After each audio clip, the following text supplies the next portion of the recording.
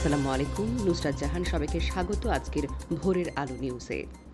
পুরান ঢাকার নৃশংস হত্যাকাণ্ড ও আইনশৃঙ্খলার চরম অবনতির নিন্দা বিএনপির স্থায়ী কমিটির সদস্য সালাউদ্দিন আহমেদের এক বক্তব্যের দিকে ইঙ্গিত করে জাতীয় নাগরিক পার্টির আহ্বায়ক নাহিদ ইসলাম বলেছেন, এই গণ অভ্যুত্থান শক্তি এই তরুণ প্রজন্ম কোনো নির্বাচনী ভাগ বাটোয়ায় বিশ্বাস করে না। কোনো নির্বাচনী ভাগ বাটোয়ায় তারা পুরনো বন্দোবস্তের সঙ্গে আপোষ করবে না। আজ শনিবার রাতে বাগেরহাট শহরের রেল রোড এলাকায় আয়োজিত দলের এক সমাবেশে নাহিদ ইসলাম এই কথাগুলো বলেছেন। প্রসঙ্গত, ইউএনবিকে দেওয়া এক সাক্ষাৎকারে দীর্ঘদিনের রাজনৈতিক মিত্র জামায়াতে ইসলামীকে সঙ্গে নিয়ে নির্বাচনী জোট গঠনের সম্ভাবনা সরাসরি নাকচ করে দিয়েছেন বিএনপি নেতা সালাউদ্দিন আহমেদ। তবে নির্বাচনের তফসিল ঘোষণার আগ পর্যন্ত এনসিপির সঙ্গে আলোচনার দরজা খোলা রয়েছে বলে ইঙ্গিত দিয়েছেন তিনি। বাগেরহাটের সমাবেশে এনসিপির এই নেতা বলেন, রাষ্ট্র সংস্কার এবং দেশ পুনর্গঠন করতে হবে, এর জন্য দরজা খোলা রয়েছে। আপনারা সেই দরজায় এখন যদি না আসেন, এখনও যদি সংস্কারের পথে না আসেন, পুরনো বন্দোবস্তকে যদি সমর্থন করেন, চাঁদাবাজ মাফিয়া ও দুর্নীতির রাজনীতিকে যদি টিকিয়ে রাখেন, জনগণ কিভাবে আপনাদের বিরুদ্ধে নামছে, বিশ্ববিদ্যালয়গুলোতে ছাত্র সমাজ কিভাবে আবার রাজপথে নামছে চাঁদাবাজ দখলদারদের বিরুদ্ধে, আপনারা দেখে নিন, এখনই হুঁশিয়ারি হন।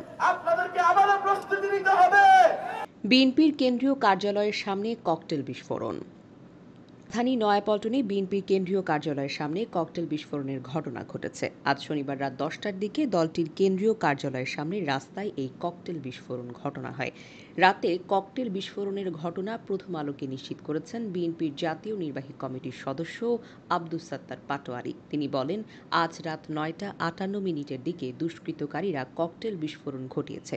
প্রাথমিকভাবে ককটেল বিস্ফোরণের ঘটনায় কেউ হতাহত হওয়ার খবর এখনও পাওয়া যায়নি। তবে ককটেল বিস্ফোরণে বাস যাত্রী ও পথচারীদের মধ্যে আতঙ্কের সৃষ্টি হয়েছে। ভয়ে যে যেদিকে পারেন সেদিকেই ছোটাছুটি করেছে। দিনাজপুরের খানসামায় বিএনপির দুই গ্রুপের মধ্যে সংঘর্ষ, আহত 20, অর্ধশতাধিক মোটরসাইকেল ভাঙচুর। শাহ আলম শাহী, দিনাজপুর। দিনাজপুরের খানসামায় বিএনপির দুই গ্রুপের সংঘর্ষে 20 জন আহত হয়েছে। এ সময় ঘটনায় ভাঙচুর করা হয়েছে অর্ধশতাধিক মোটরসাইকেল। শুক্রবার রাত 9টায় দিনাজপুরের খানসামা উপজেলার কাচিনিয়া বাজারে বিএনপির দুই গ্রুপের সংঘর্ষ ও অর্ধশতাধিক মোটরসাইকেল ভাঙচুরের এই ঘটনা ঘটেছে। এতে আহত হয়েছেন অন্তত 20 জন। ইসরায়েলের কারণে থমকে গেছে গাজা যুদ্ধবিরতি আলোচনা।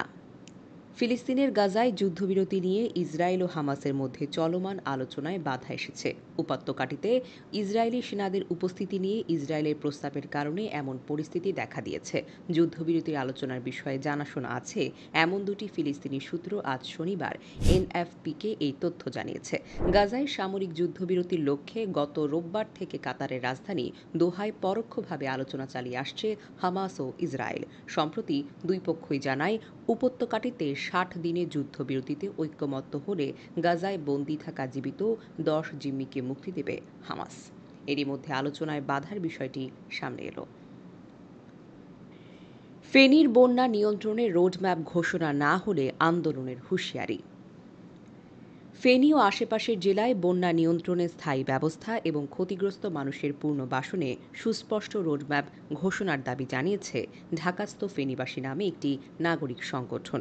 শনিবার সকালে জাতীয় প্রেসক্লাবের সামনে আয়োজিত এক মানববন্ধন থেকে এই হুঁশিয়ারি দেওয়া হয়।